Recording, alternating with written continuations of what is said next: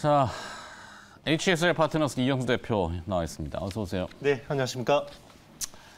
엔비디아, 제가 지금 개장하고 방송을 한 1시간 35분 정도 하고 있는데 네, 계속 그 이야기 나오죠. 엔비디아만 한 200번 네. 넘게 들은 것 같아요. 네. 또 들어야 되나 싶긴 한데. 패스할까요? 아니, 그래 해야죠. 네네.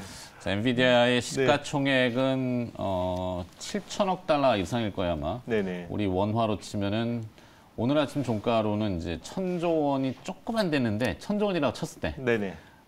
시간의 거래에서 23%, 25% 이렇게 하니까 오늘 만약에 그대로 가면은 한 250조가 붙는 거죠. 네, 그러네요. 네, 250조면은 삼성전자 시가총액이 지금 350조. 네, 그 정도 될 겁니다. 되니까 네.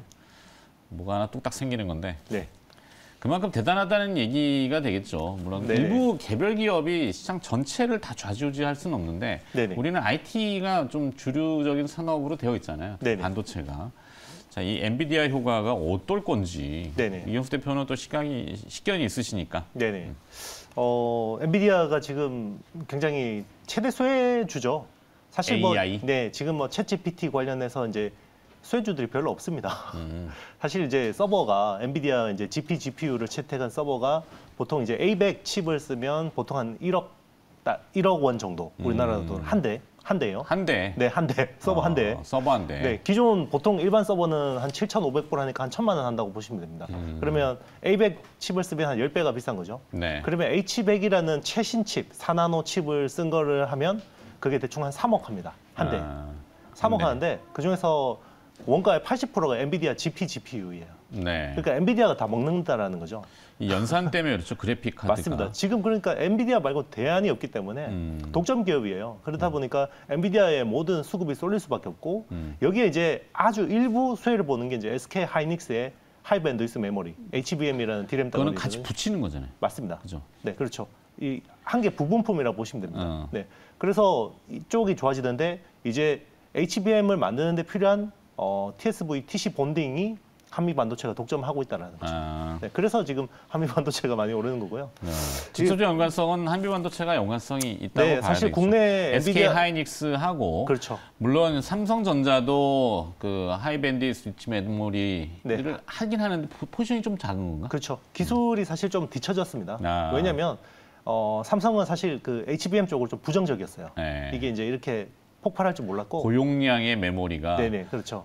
그렇죠. 그게 막 못 만드는 게 아니라 그렇죠. 시장 예측을 해야 되는데 그렇죠. AI라고 하는 게 과거에도 분명히 쭉 있었는데 그렇죠. 갑자기 챗GPT 때문에 작년부터 폭발적이었잖아요. 그렇죠. 그런데 이제 SK 하이닉스는 그러니까 좀 하나 얻어 걸린 챗GPT가 거고. 나오기 전 이전의 AI 모델들은 이런 식의 HBM 같은 메모리가 필요가 없었어요. 맞아요. 근데 이게 갑자기 2017년부터 이게 트랜스포머 모델로 확 바뀌면서 HBM 수요가 늘어난 거고 이제 지금 한미 반도체가 제2의 도약을 선언을 했어요. 그래서 비전. 네, AI 오늘인가 어제 IR 하던데? 네네, 그렇죠. 이제 새로 만든 캐치프레이즈가 네. AI 반도체 글로벌 탑티어 장비 메이커. 우리가 제1의 도약 때 갔었잖아요. 기억나시죠? 네. 갔죠. 마이크로소프트. 둘이 같이 네, 갔잖아요. 그때 이제 아마 작년 친하진 않지만 같은 네네, 다닙니다. 그렇죠. 네. 별로 안 친하죠. 그러니까. 작년 아마 겨울쯤에 앵커님이 그런 이야기를 했었어요. 방송 중에 한미 반도체 장기적으로 한 3조 원까지 봅니다. 그렇죠. 악플 많이 달렸어요 그때. 네. 그랬나? 네. 지금 근데 댓글을 안 봤어. 지금 시총 2조 7천억이거든요. 다 왔네. 네. 그럼 이제 버전업이면은 네. 그렇죠. 사실 엔비디아가 1,000조인데 네네. 미국을 우리가 이제 시쳇말로 천조국이라고도 얘기를 하잖아요. 그 방위비에 이제 1,000조 원을 쓴다 네. 그래서. 근데 1,000조에 가는 기업인데 우리 이제 꼴랑 3조? 네. 안타깝죠? 그렇죠? 네. 네. 더 가야겠죠? 네. 30조를 봅시다. 막 불러 그냥. 우리 은퇴하기 전에 가능할지 모르겠네요. 어제 누리호가 연기되는 바람에 네네. 지금 약간 아. 멘탈이 네. 기대 좀 많이 했었어요. 왜냐하면 네. 하늘을 바라보는데 그저께 네. 초승달 뜨고 네. 옆에 붉은 그러니까 굉장히 밝은 봤어요. 예. 예, 예. 그래갖고 위성인가 와 이제 위성이 저렇게 밝나 그랬는데 금성이라고 하더라고요. 아, 그래요? 아, 네. 별이었구나. 네. 네, 별이래요. 그래가지고 하늘을 보면서 네. 우리도 이제 미래를 꿈꿔야지. 네. 그리고 멘트를 어떻게 해야지. 뭐 이런 구상을 이렇게 하다가 국가와 미래를 생각하신다는 거죠. 어쩔 수 없어요. 진행을 하다 보면은. 근데 네. 대한민국 뭐 경제에 대해서 얘기를 하는 네. 거니까. 근데 하여튼 그랬어요. 근데 네. 오늘은 또 다른 분야가 도드라져서 네네. 그런 기업들, 스타 기업들이 좀 진짜 독보적으로 맞습니다. 나왔으면 좋겠어요. 네. 사실 한미 반도체 같은 기업들이 많이 나와야 돼요. 그러니까. 네. 그래야 소부장 장비 산업이 커지고. 국산화 네. 시키느라고 얼마나 맞습니다. 고생을 많이 하고 막 손가락질 받아가면서까지. 아무도 안 알아주고. 그러니까 네. 네. 그런데도 성공해냈고 단계를 가는 기업들을 그렇죠. 우리가 인정을 해주는 거잖아요. 그렇죠. 우리는 인정을 했다는 거죠. 너무 빨리 우리만 그렇죠. 인정했어. 색 깎는 공장 보면서. 네. 맞아요. 자, 한미 반도체는 직접 연관성이 있고, 네네. 네. 그다음에 엔비디아에 부가적으로 연관성 있는 기업들을 또 추가 찾는 거는 지금 현재로서는 좀 어려울까? 오늘 아비코전자를 네네. 어떤 전문가가 또 네네. 김영 매니저가 했거든요. 그렇죠. 이제 아비코전자는- 직접적인 관련은 있죠. 사실 이제 그 HBM을 DDR5로 만들 거 아니에요. 앞으로. 그렇죠. 네. 그러면 이제 또 아비코전자가 뭐 그 관련 있는 거고요. 음. 그리고 이제 뭐 그 엔비디아 GPU를 못 쓰는 업체들은 또 네. 기존은 서버 모듈 가지고 잘 만들어야 될 거 아니에요. 그러면 D램이 정말 좋아야 됩니다. 그렇죠. 그러니까 엔비디아가 지금 사실 욕을 먹는 게 네. GPU 성능으로만 체감할 수 있게 만들고 메모리 확장을 확 닫아놨어요. 아. 그래서 지금 HBM을 40GB나 80GB로 딱 제한을 해놔 버렸거든요. 사실 트랜스포머 모델은 메모리를 많이 쓰면 쓸수록 성능이 좋아지는 건데 네. 자기들 GPU 성능만 체감하라는 거죠. 그렇죠. 돈 많이 내고. 네, 그래서 좀 사악하긴 합니다. 네, 사악한 건 뭐 네. 기업이니까 네, 그렇죠. 이익을 추구하기 위해서. 그렇죠. 자, 근데 지금 뭐 마이크로소프트라든지 구글이라든지 뭐 아마존이라든지 하물며 테슬라까지도 또 다시 AI 전쟁에 뛰어들고 네네. 뭐 발표들을 막 하잖아요. 그렇죠. 뭐 우주도 마찬가지지만 또 느려 얘기하게 돼. 그렇죠. 11시에 그 발사위원회가 다시 열리는데 음. 어떻게 될지 모르겠고 잘 됐으면 좋겠는데 이번에는 성공 가능성이 좀 있지 않을까 생각합니다. 네. 밸브가 안 열린다잖아요. 밸브가. 자, 준비된 거를 갑시다. 네네. 오늘 저기 준비하는 회사는 P&H 테크입니다. P&A 아까 타이틀 나왔어요. 네네. 뭐 OLED 때문에? 소재 업체고요. 네. 이제 덕산 네오룩스하고 비슷한 회사입니다. 아, 덕네. 네. 덕산 네오룩스는 삼성 디스플레이 쪽에 있는 서플라이 체인이고요. 이제 P&H 테크는 LG 디스플레이 쪽에 있는 회사입니다. 그래서 이 회사는 이제 하는 게 고굴절 CPL, 이제 캐핑 레이어라고 해서 빛을 모아주는 거, 네. 그리고 레드 그 저기 인광 쪽에 레드 프라임 호스트 뭐 이런 것들 하고요. 그리고 이제 그 OLED TV용 이제 장수명 블루 호스트 뭐 이런 것들을 하는 회사입니다. 수명이 긴 네네. 장수명이라고 네네. 표현했는데.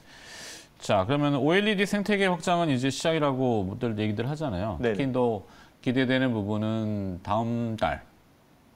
불과 며칠 안 남았어요. 6월 네네. 5일이니까. 네네. 다다음 주쯤 되나?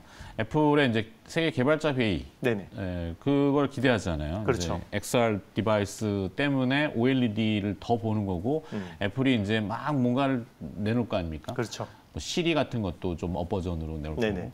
그러니까 OLED에 대해서 이제 시작이다. 어디에 우리 이 P&H 테크의 것들이 장비인가요, 여기? 이 소재. 덕산 네오룩스 같은 그러니까. 회사고. 딴 데가 없어요. 소재가 어디 있어요? 우주항공모에만 아니, 지금 그건 마음이 그건 가 아니고. 있으시고. 오늘 너무 복잡해. 지금 금통위도 지금 막 한다 그러고 네. 계속 기사는 뜨고 있지. 네. 뭐 금통위 위원 두 네. 번 바뀌었지. 저한테 화내지 마시고. 아니, 화내는 건 아니에요. 자, P&H 네, 테크가 제가 바꾼 거 아닙니다. 네네. 소재를 그래서 네. 어디에 쓰이는 거예요? 네. 일단 이제 가장 큰 수요처는 이제 OLED 쪽은 스마트폰이죠. 네, 기존에 이제 RGB라고 해서 삼원색을 스스로 내는. 네. 그 아모레드라고 합니다. 그리고 LG 디스플레이는 POLED라고 하고. 네. 네, 여기 쪽에 제일 많이 납품을 하고 있고요. 그리고 이제 TV용 OLED는 화이트 OLED잖아요. 이제 여기에도 이제 일부 소재들이 납품이 되고 있고 이제 최근에 좀 기대가 되는 거는 애플이 이제 아이패드에 LCD 대신해서 OLED를 쓰게 되니까 네. 여기는 정말 유기물을 엄청나게 발라야 되거든요. 네, 요런 것도 있고 그리고 자동차 전장용 센터페시아 쪽. 네. 네, 그런 쪽도 이제 기존에 LCD 쓰다가 OLED로 바뀌니까 이제 전방 시장이 확장될수록 회사는 이제 수혜를 보는 그런 그림입니다. 근데 LG 디스플레이를 통해서 들어가는 거죠. LG 디플을 네네. 통해서 네네. 그 경쟁은 또 해외사겠군요. 그럼 일본? 대부분? 그렇죠. 뭐 이제 미국의 UDC라는 회사도 있고요. UDC. 네, 뭐 머크, 듀폰 뭐 이런 회사들 많이 하고 있죠. 네. 네. LG 디스플레이 중소형 OLED 침투율. 네. LG 디스플레이의 중소형 OLED가 침투율이 상승하고 있다. 이렇게 네네. 되는 거죠. 그렇죠. P&H 테크는 거기에 이제 어차피 연동성으로 들어가는 거니까 수혜를 받겠다. 그렇죠. 네, 특히 FLA OLED 전환을 주목하는 부분이 거기가 포인트다. 네네, 그렇죠. 일단 이제 아이폰은 사실 연간 2억대 시장이고 네. 아이패드는 해봐야 이제 한 4천만 대, 5천만 대 정도밖에 안 되거든요. 근데 중요한 거는 유기물 파는 업체 입장에서는 자기들 가루 많이 팔면 좋은 거잖아요. 네. 그런데 이제 이게 그 패드 같은 경우는 면적이 스마트폰보다 보통 4배나 6배 정도 크잖아요. 그리고 이제 아이패드 같은 경우는 투스택 텐덤이라는 새로운 구조를 채택합니다. 왜냐하면 수명 이슈가 있기 때문에 네. 2배로 발라 놓는 거예요. 두 겹으로. 네네, 그렇죠. 네. 그러니까 유기물을 2배로 발라야겠죠. 그걸 네. 구부려서 그런 거 아니에요? 아니요, 그냥 이제 그냥으로? 왜냐하면 스마트폰은 보통 한 3년 쓰면 바꾸는데 아이패드 같은 거는 5년씩 쓰니까 이제 이게 그 데드 픽셀이 나오면 안 되니까 2배로 미리 발라 놓는 겁니다. 오래 쓰라고. 그래서 유기물을 많이 쓸 수밖에 없죠. 네. 네. 자동차 전장에도 당연히 들어간다고 해야 되겠죠? 그렇죠. 네. 자동차 전장도 사실 많이 발라놔야겠죠. 더 오래 쓰니까. 네. 그래서 사실 그동안에 투스택 텐덤이라는 구조 자체는 LG가 좀 더 앞서 있다라는 평가도 있습니다. LG 디스플레이가. 왜냐하면 이제 기존의 싱글 스택 같은 경우는 아몰레드를 오랫동안 해온 삼성 디스플레이가 유리하지만 이제 투스택 텐덤 같은 경우는 LG 디스플레이가 아주 오래 전부터 시도를 해왔던 기술이 있기 때문에 예, 좀 이제 중대형 쪽에서는 뭔가 한번 구도를 바꿀 수 있다 이런 생각을 하고 있습니다. 네. 이 OLED TV도 지금 점점 대형 화면으로 진화를 하던데 네네. 80인치대가 이제 보편화가 좀 되더라고요. 네네. 가격도 많이 떨어지겠죠. 그렇죠. 블루호스트 매출도 그러면은 좀 더 늘게 됩니까? 네, 그런 쪽으로 이제 많이 늘고요. 지금 사실 그 화이트 OLED라고 하잖아요. 네. TV용 화이트 OLED는 지금 사실 LG 디스플레이밖에 없거든요. 그리고 삼성 디스플레이가 일부 QD OLED를 하긴 하는데 그거는 이제 너무 비싸요. 한 화이트 OLED 대비해서 30% 이상 비싸니까 네. 삼성전자 VD, 그러니까 VD에서 그냥 LG 디스플레이 패널을 이제 구입하려고 하잖아요. 이제 그런 이슈들이 있기 때문에 아마 화이트 OLED의 앞으로 이제 사용처는 훨씬 더 많아질 거다. 삼성 쪽으로도 이제 판매가 되기 때문에 이제 거기에 또 유기물을 같이 납품하는 거니까 네. 좋아지는 거죠. 고객사 생산 능력 확대, 실적 레벨업 가능할까? 질문은 이렇게 돼 있는데 결국 네네. 실적을 물어보는 거잖아요. 그렇죠. P&H 테크의 실적은 앞으로 어떻게 가늠을 하는 건지.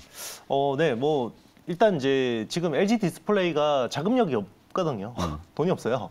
근데 이제 LG 전자한테 한 1조 원 정도를 이제 차입을. 네, 차입했습니다. 지난번에. 6% 금리 정도로 해서 차입을 했고 지금 애플 입장에서도 계속해서 삼성 디스플레이한테 끌려가면 너무 어떤 비싼 단가를 줘야 되죠. 네. 사실 작년에 삼성 디스플레이가 5조 원을 남겼거든요. 애플한테 그 비즈니스를 해서. 그러니까 애플도 이걸 다 알고 있으니까 LG 디스플레이하고 BOE를 키워야 되는데 BOE는 기술이 너무 떨어져요.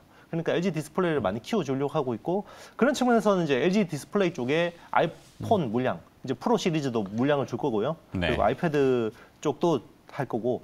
그래서 올해 이제 실적이 작년 매출이 350억에 영업이익 49억 했는데 지금 시총이 2천억대 초반 정도입니다. 그래서 올해 매출은 한 480억에 영업이익 70억 정도로 보고 있어요. 네. 그래서 올해 좀 성장성은 두드러질 거다 이렇게 보고 있습니다. 알겠습니다. 네.